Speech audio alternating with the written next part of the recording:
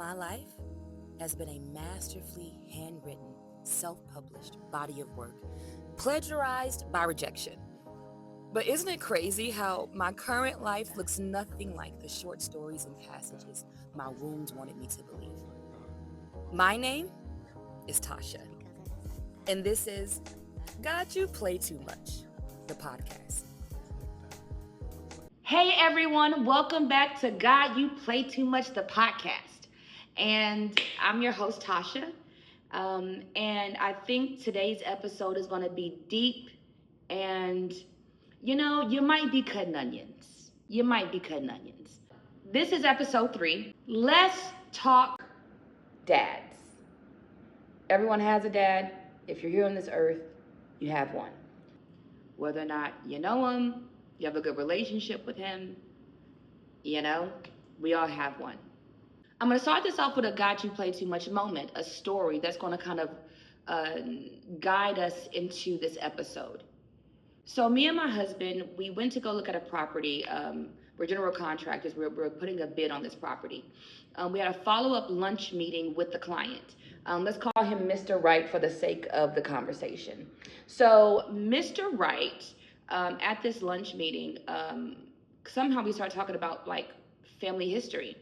And he was saying how his family had come together, and they're really working hard to preserve the history of their bloodline. So he began to show us photos and documents and records from people that he's related to from 2-3 centuries ago. And he was saying how Ancestry.com was a tool that he used. But just sitting down, listening and taking names and listening to the stories and asking questions, he was able to, continue tracing the family history. It was pretty impressive. They have like this, hardback book that's bound together, with all the family records. It was inspiring. And as he was sitting here talking, I couldn't help but think about my biological father. I know my mother's side. Not obviously, I know my mother's side of the family. Not a lot, only up until like my grandmother and my great grandmother. I just know their names. I don't know a lot of information about either side. But at the table, the thought of my biological father came to mind. Right. So also, Mr. Wright, he works for the government. Okay. So he was telling me eventually, at the end of this conversation, I mentioned, well, how easy or how hard is it to find someone? And he was like, you just need a little information, a name, a date of birth, just some details. And okay. So he was like, now we're talking about my biological father. And I was like, I haven't really looked for him. I tried a few years ago, but I didn't come up with anything. He was like, give me some information, give me a name, give me something, and let's go from there, right? Then he says, but please, go to Ancestry.com, do the DNA test, because once you match with people in their database, it's just going to connect the dots, right? I want y'all to remember the advice that he gave me. Okay, it's very important. So I went about my business. Really didn't put, I thought about it, but I didn't put a lot of thought into it. The next day, I goes to the nail shop. Okay, and when I go to the nail shop, there's this lady that walks in. She sits next to me. She seems like a nice lady. Now, you guys know that I'm prophetic. And when she walked in front of me, I heard, you want to talk to her? And I'm like, I'm just trying to get my nails did. Okay? Nevertheless, she sits down next to me. And, a few minutes, we're talking about nail colors, and giving nail suggestions. And out of nowhere, I was telling her about the podcast, God, You Play Too Much. And this is how we got to her testimony. So I'm telling her about God, You Play Too Much, the podcast, and what I'm going to be talking about here. And she says, you know what? I have a God, You Play Too Much moment. And I was like, spill. She says, How about I went to ancestry.com and I did a DNA test. And I was just going to see, what was my, you know, where are my genes from, and see if I would find out any new information. Well, come to find out, she found her biological father. Right? Now here's the thing. She didn't even know that she wasn't looking for her biological father. The man that she knew as her father, that's just what it was. So it wasn't until that she took the DNA test, got the results, and connected with people on ancestry.com did she now find out that she wasn't related to the man that she called dad. Isn't this good?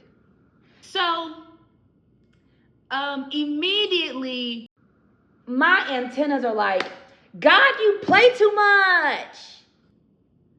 Right? So she goes on to say, all while I was growing up, I felt like the black sheep of the family. I felt like something was different. I didn't look like everybody else, but she just went with it. So she says as soon as she matched with her biological paternal side, I don't remember if it was cousins or it had to be cousin or something. Very shortly after, her father contacted her. I told y'all we might cut onions on this episode. Her father contacted her, and he was so excited to have found her. Whew.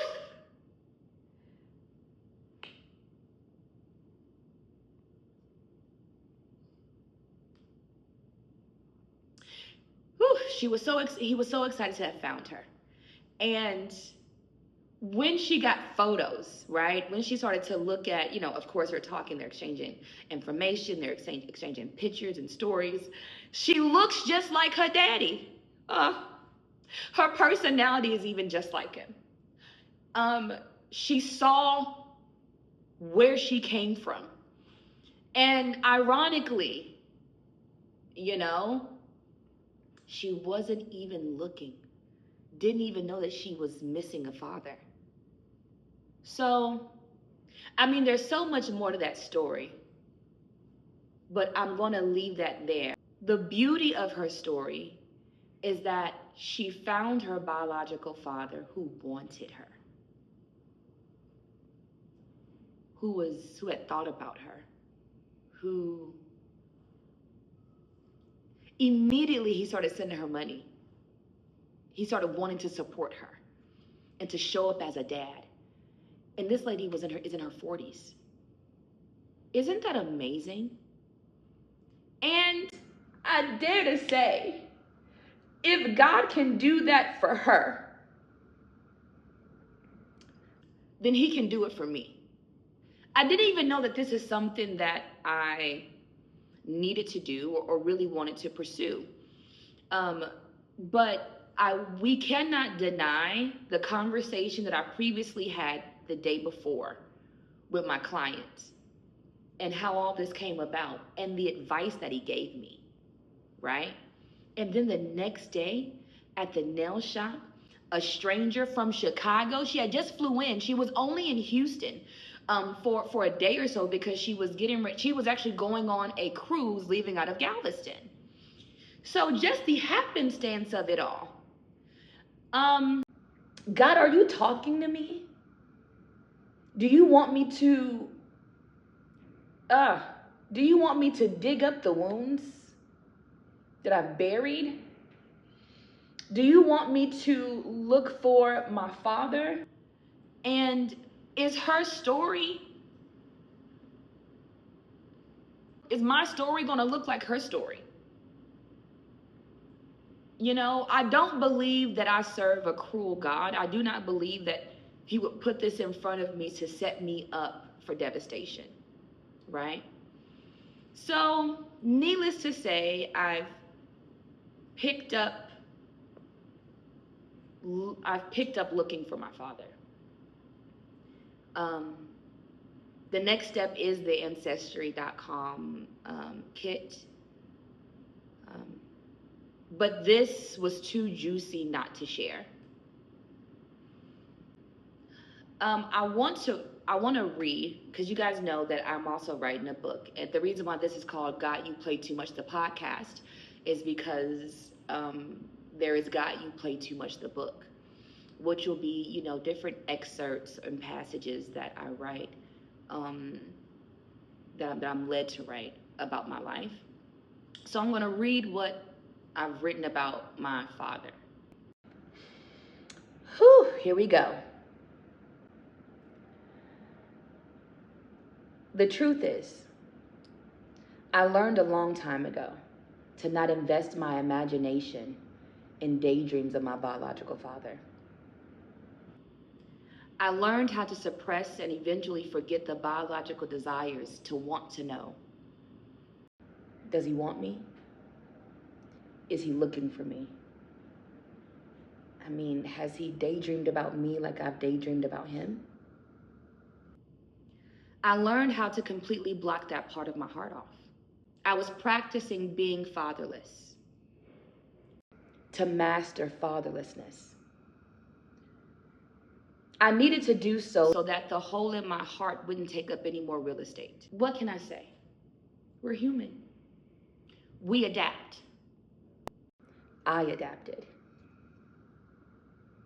I adapted to not having a protector by falling in love with men that I should have been protected from.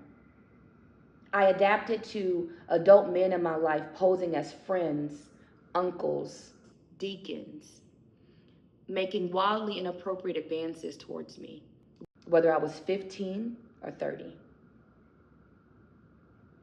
I adapted by defining love by over-sexualized experiences. What should have been time-stamped with trauma instead was welcomed because I didn't know any better. No, because I didn't have a father. My father. Adapting to the evidence my life presented me about my worth and value, subsequently handed rejection a key to my heart. And it's just now that I'm recently getting it back. So, because, you know, you can't miss what you don't have. You can't miss what you never had. It has been easy for me to move through life, not giving it any thought. Yes, I've forgiven my biological father. I've forgiven my mother. I've forgiven all parties involved. I did that a long time ago. And in my forgiving, I was empathetic to whatever the circumstances were around their life. I mean, the truth of the matter is, my mom was just a girl, and he was just a guy. They were both young. And there's so many things I don't know about the situation. So I forgive, knowing that life can life and not taking it personal. But now that God is playing too much, I have to revisit all these feelings. I do not believe that he would have me drudge all this up to disappoint me. I'm nervous. I'm hopeful. I'm a lot of things. And so I'm sure there will be another episode. There has to be a follow-up episode for an update. But I really wanted to share this mission with you. Now, I do want to say this, that I've had men in my life. I was raised by my aunt, which I call mom, and her husband, my uncle, I call dad. I never really had a good or close relationship with the man that I knew as my father. I felt misunderstood. I felt different. I felt I don't want to. I just felt a lot of things. I'm sorry. It was frustrating to see how, or interesting to see. It was interesting to see how he was a great father to his biological children, but I didn't feel the same way. Yes, I had a roof over my head. Yes, I had food on the table. Yes, I had clothes on my back. Do I believe he loved me? Absolutely. Um, but in the way that he expressed this love, it was definitely different from what I saw him or how I saw him express it to my siblings, my cousins. Yeah. I've just kind of left that area of my life alone. Good, but there is some good. Um, my biological mother married a guy named James, maybe 7 years ago. Maybe 7 years ago. Now they had been together for years prior to, and I've always liked James. Now when James first came around, people side-eyed him because you're new, guy, you're new. But I've always liked him, genuinely liked him. I thought that he was indeed a good person, a good man, rough around the edges, but good nonetheless, right? Um, and there had been this running joke for years that I was James's favorite. Um, my mother has 4 children altogether. I am the eldest of those children. But everybody knew that I was James's favorite, that I'm James's favorite. You know what I'm saying? And I'm going to say that in the camera, okay? Because you can't talk about Tasha around JW. That's what I call him. I call him JW. You understand what I'm saying? He ride for me. I don't feel any way by confessing that to you guys. Um, but I remember a few years ago, maybe 5 years ago, 4 or 5 years ago, um, I believe it was my mom's birthday celebration. And it was in the backyard, tents, grills, you know what I'm saying? A good time, big speakers, black people doing line dances, you know what I'm saying? It was a great time. And I don't know what started this conversation or what made me say this to him. I remember now. Um, Me and my mom and my cousin were talking about how I'm James's favorite, right? And how, y'all can't mess with Tasha and this, that, and the other. And so we were in the house and I walked outside to the backyard and I put my arm around JW. And mind you, this is a backyard celebration. This is not a private conversation or a secluded area. I put my arm on his shoulder and I was like, JW, you love me? He was like, yeah. I said, would you adopt me? And he said, hell yeah.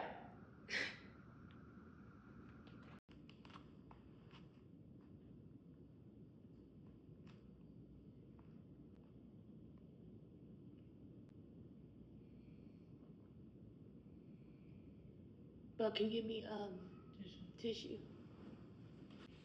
He said, hell yeah, with his whole chest. Loud enough for anybody to hear. And I was joking. I was playing. At the time, I'm 38 now, so I was obviously like in my mid-30s by then.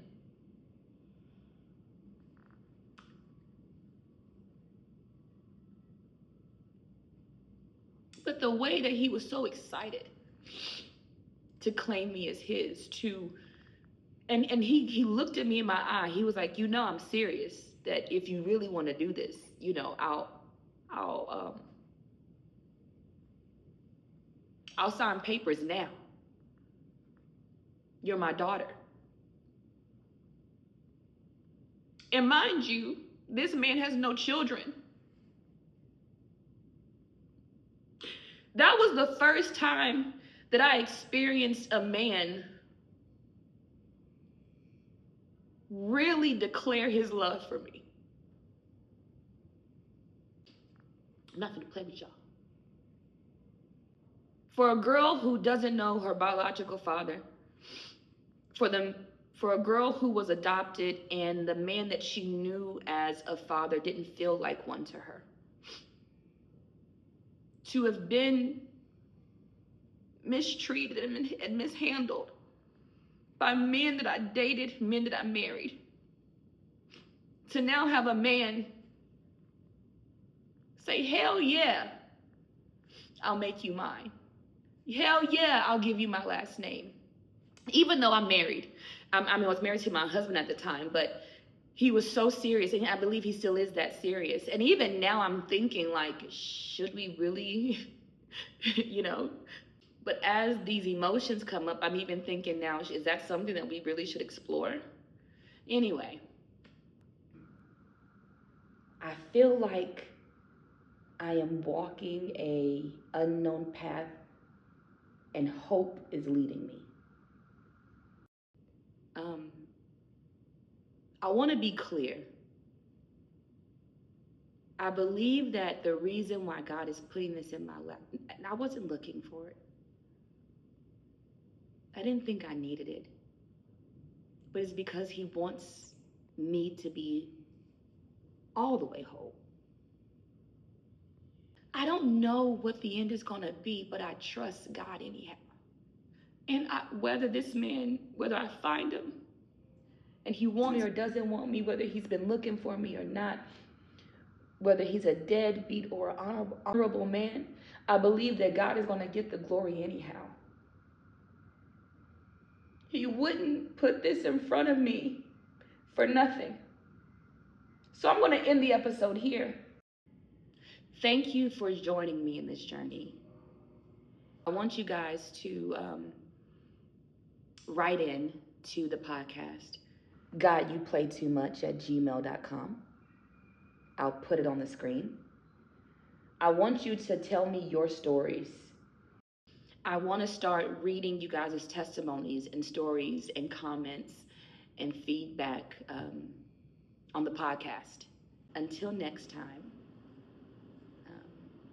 I love you. And God is still playing too much. Okay, guys. Bye.